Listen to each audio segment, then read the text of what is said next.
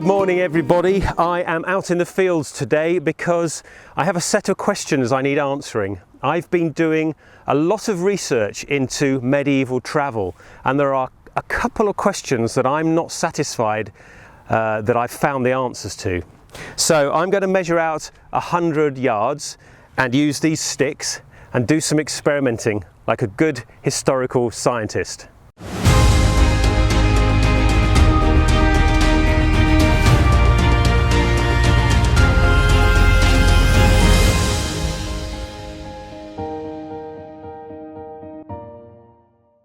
Let's go and put the first stake in the ground and then measure 100 yards from that.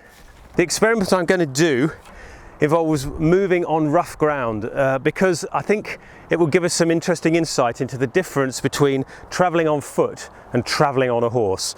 So I'm going to mark one area here, then I'm going to use this tape to measure 100 yards.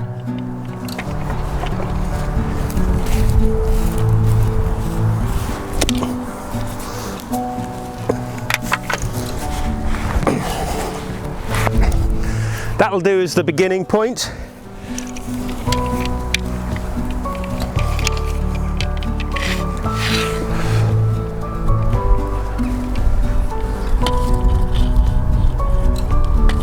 Let's tie this off roughly.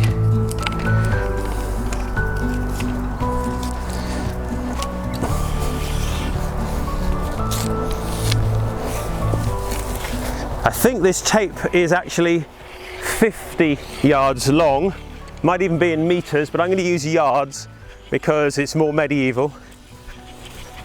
I could probably use chains or furlongs or some other equally obscure measurement. Right, I think this will take us to, how are we now? 165 feet.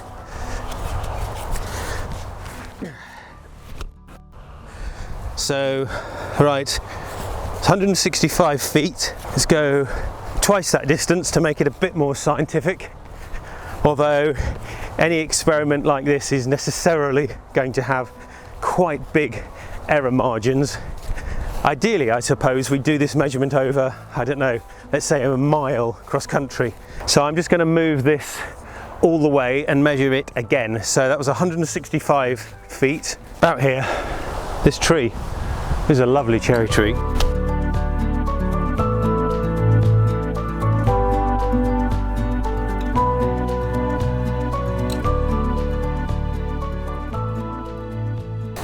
So that is about 330 feet, so 110 yards, but it's the longest we could do with this tape, and the longer distance we do the experiment for, arguably the more accurate the results will be.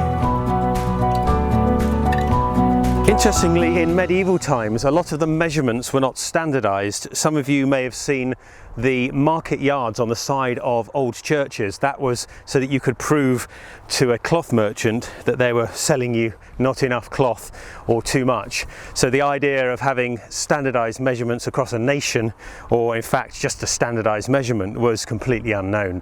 The yard was considered to be the length between the tip of the nose of the reigning monarch and his outstretched or her outstretched fingers, which of course is a very variable measurement, especially if the king's or queen is quite young. But there were measurements that were used regularly throughout the building of cathedrals, for example, and those were standardized to a rod, and the master mason would have the rod that was going to be used. And that means that every cathedral's slightly different in its dimensions, because the rod was the piece of set measurement that was used by the whole building site, and that would vary from master mason to master mason. So standardized measurements, you were never really sure what you were going to get if you were buying a yard of cloth from one town to the next. Right, and I am going to walk at a pace I think I could maintain for a long time when carrying a moderate amount of weight, as if simulating me, a peasant, walking to the local fair. So let's time this. 330 yards, go.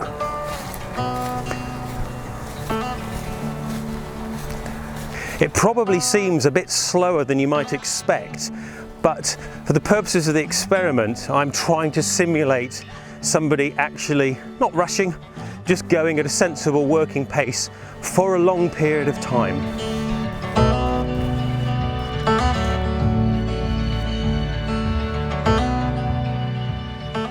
1 minute 17 seconds.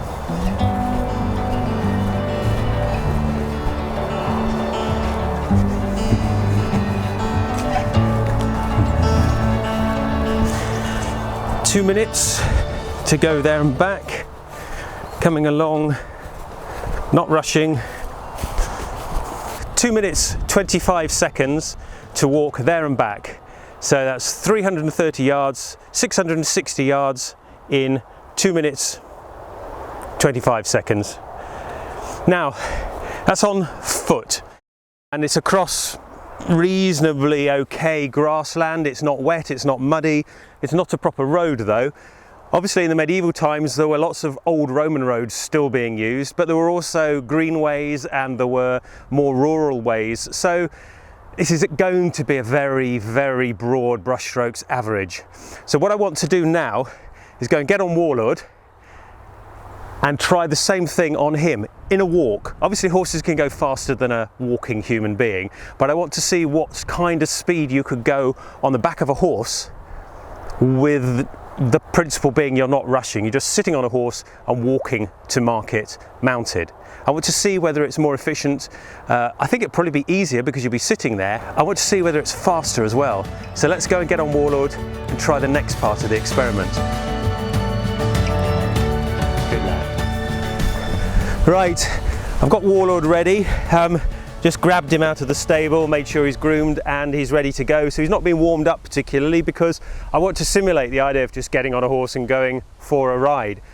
I think that he'll be faster than I am on foot, and I'm just going to go at a sensible pace. I'm not going to push him forwards at a fast walk. I'm just going to have him go at a sensible speed, the sort of speed that you might just be relaxedly riding to market instead of walking to market.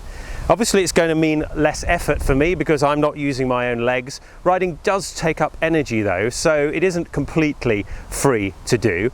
Let's go and see how the timing works out. Right, let's go to the start point and do the experiment. Good boy. Start. I am not urging him on, I'm just guiding him, so he's walking at his normal speed. Obviously, horses would differ hugely in the speed at which they walked, but the horses that walked quickly would probably have been favoured. Good boy. Good boy, walk on. Halfway, 33 seconds.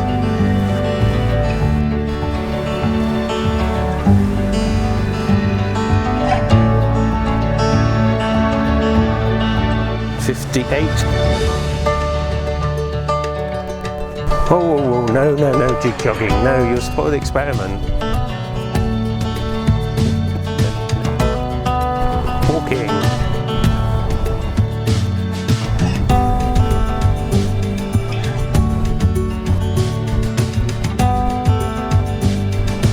Warlord, walk.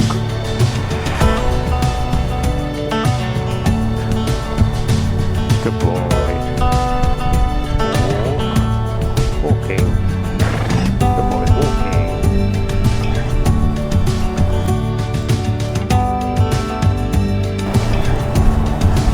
Oh, come on. Warlord. Walk. Good boy. You're faster when you walk anyway. Hey.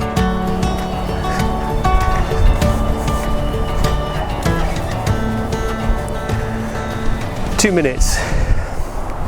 minutes for that. Lots of jig jogging there. Now that jig jogging actually isn't faster than walking. He just goes up and down more than going forwards. So it's a bit annoying. So maybe we will discount that last run, that last bit on the way home. That's another thing with horses. They kind of know their geography, and he knows that way is back home and that way is away from home. They go different speeds depending on which way they're going. And I'm now going to just tidy up the stakes because this is fun to do. Good boy.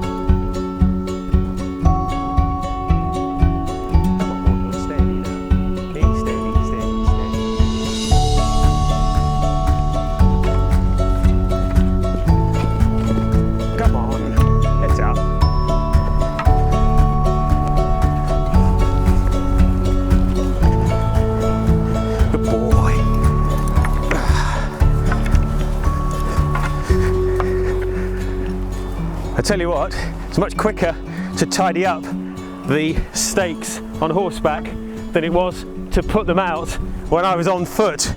So clearly at top speed horses are much more efficient than people running, but that wasn't the experiment today. But I'm going to go and take these back, get off Warlord, and then we'll do some thinking and some calculations and compare people on foot and people mounted.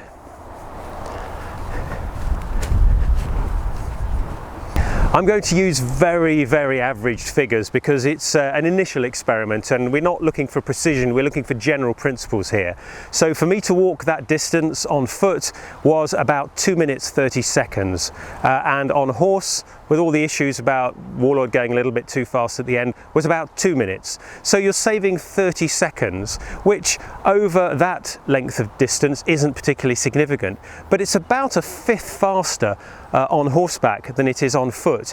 And obviously if you were carrying a load, it would be an awful lot easier because the horse would be carrying that load, and at the end of the journey you'd probably be feeling a little bit less tired if you'd been riding on horseback.